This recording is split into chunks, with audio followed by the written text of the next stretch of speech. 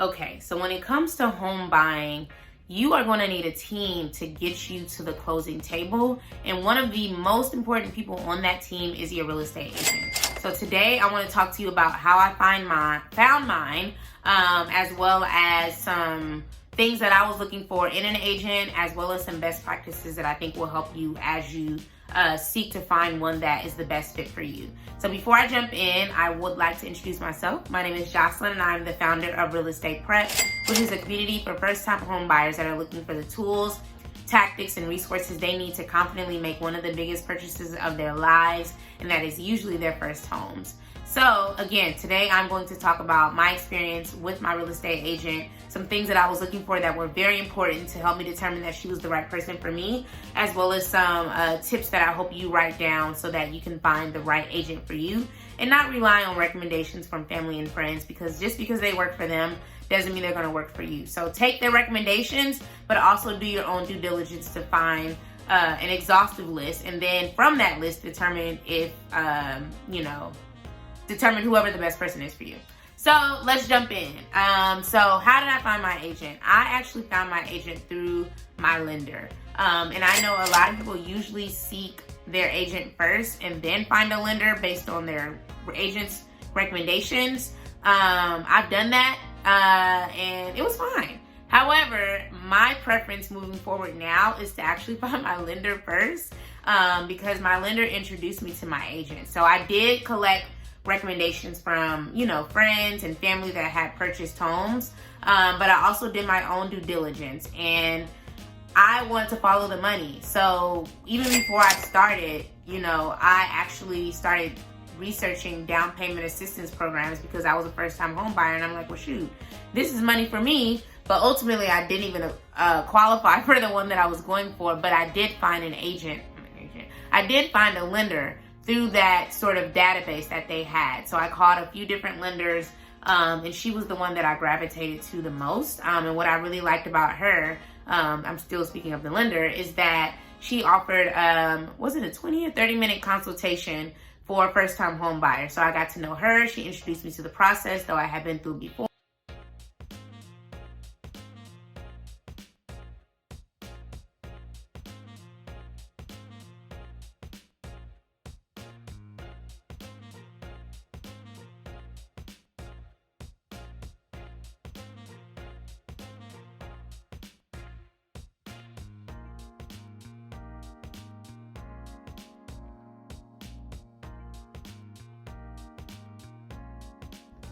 Okay, because time is of the essence and money is of the essence. Sorry, y'all, my camera is acting real ghetto today.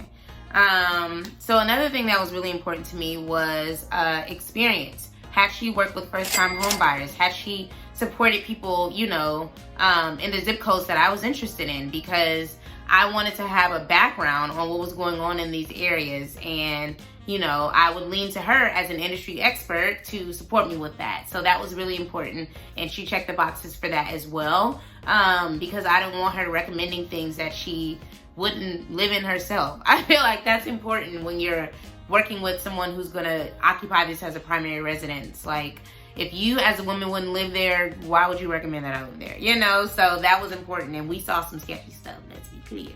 The next thing that was important to me was she doing this full time?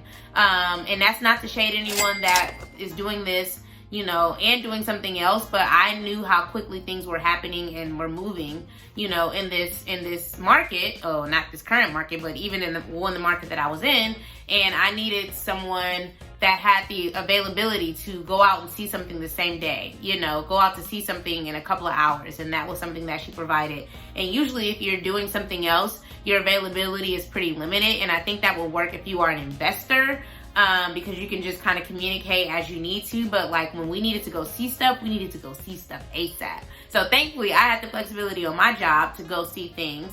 And thankfully, she was doing this full time, so that showed me that she's really good at what she do if she can maintain her livelihood with these checks, okay?